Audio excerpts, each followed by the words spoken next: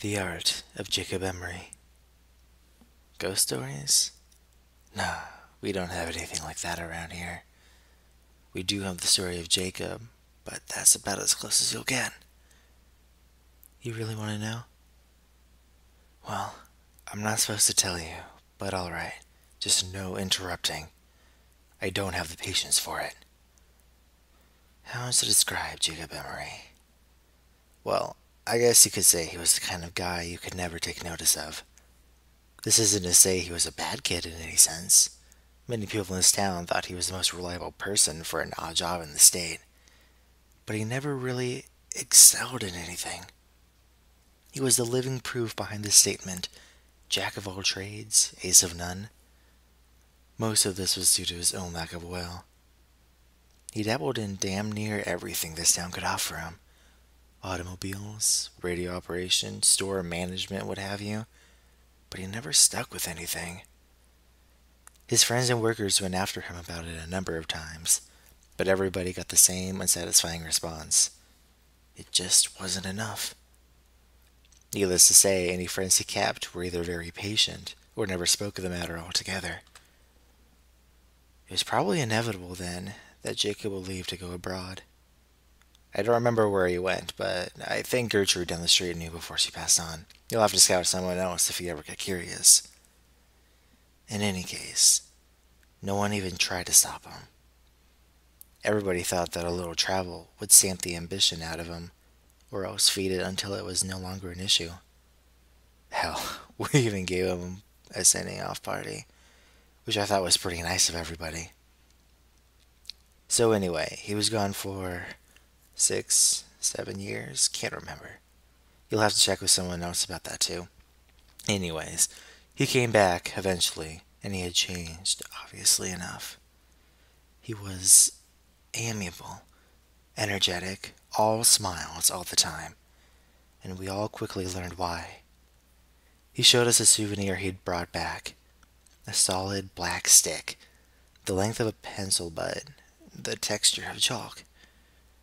We all wondered why on earth such a simple thing would promise such a spring in his step, until he gave his demonstration. He took a piece of paper, and with this stick, God, there's got to be a better word for it. With this stick, he drew a crude circle. It dropped and rested on the board of the paper like a stone. It didn't leave the paper, but it acted out on it, sort of like an old movie projector on a screen. Son, I know how crazy that sounds, and if you feel like playing skeptic, then you could leave an old man to his craziness, but I know what I saw, even if everyone's been hushing it up. And that stone he drew dropped. Jake even passed around the paper, and as it was being passed, it rolled around as the paper got tilted. None of us had any words for it. Hell, what was there to say? But it continued drawing, demonstration after demonstration for us. Stick figures in various pageants and plays, doing everything from fighting each other to making perfect human pyramids, and we all thought it was incredible. That was all the go-ahead he needed. He announced that he planned to put on shows to pay for rent and food, where he would draw anything the crowd members wanted. That we talked to some length about, and he eventually convinced us that it would be safe, his drawings ethical, the practice lucrative and unique, and the attention would not go anywhere outside of the town's borders. Poor Jacob. If I had not been so swept up in the moment, I might have read the signs right then and there, and saved the sorry son of a bitch by snapping the terrible thing in half. But I was younger, we all were, and we saw no problem with encouraging him with what we all saw as an incredible experience to be shared with everyone else. Now, he didn't have any big radio or television connections, mind you, and the internet wouldn't come around for another decade. So he did what all people on a shoestring budget do. He advertised his show with flyers. Flyers might not mean anything to you city folk, but in a small town, they gain a fair glance over from time to time. And what's more, Jacob has managed to stick out by having little figures jump up and down and whatnot to get people's attention. His first show must have gotten nearly 60 or so people, probably a lot more than that. And his shows were fantastic. Someone would shout out a scene from a play or a comedy sketch, and Jake's hand would fly over a white wall like a bird. He'd been holding back when he made that stone, that's for damn sure.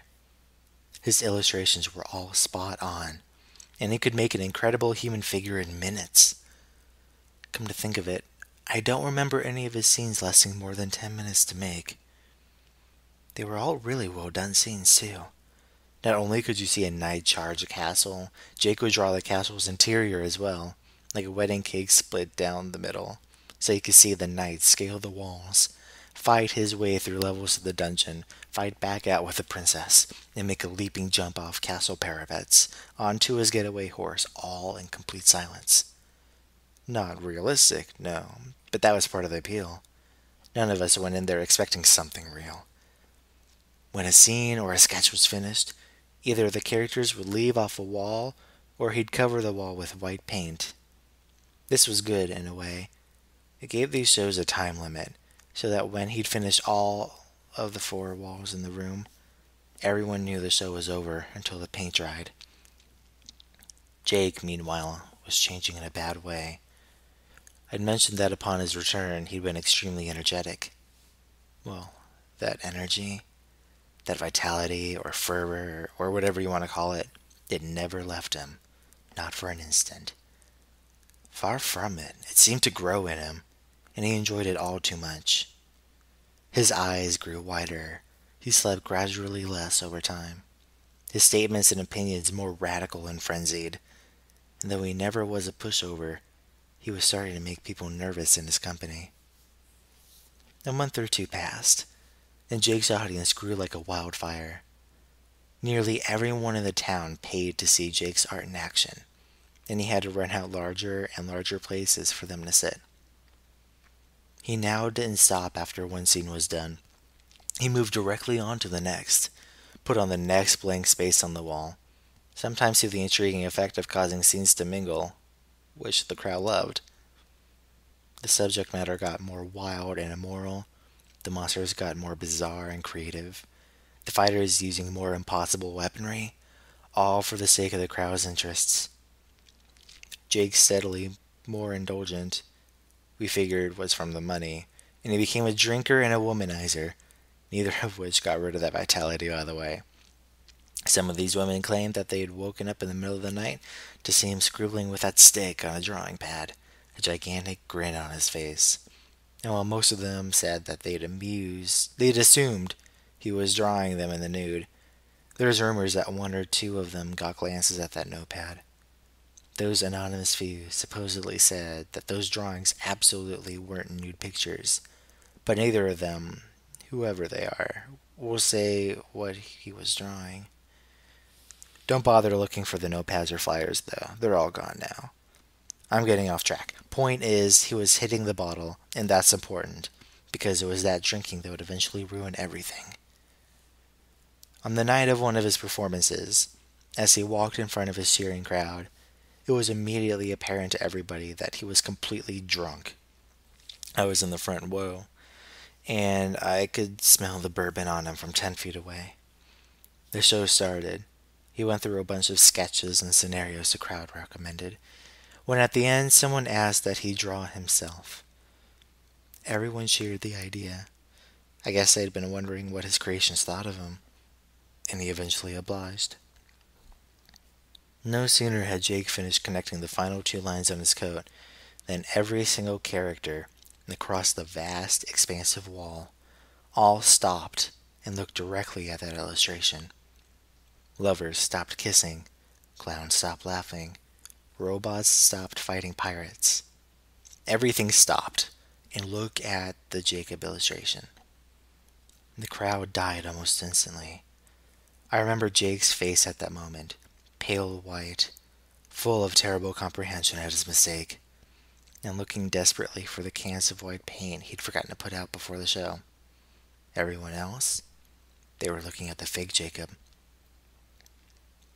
That Jacob reached into his jacket pocket, pulled out a black stick of his own, and as we all watched, drew a door. He pushed on his side, and the door swung open, allowing him to walk through onto the floor of the auditorium.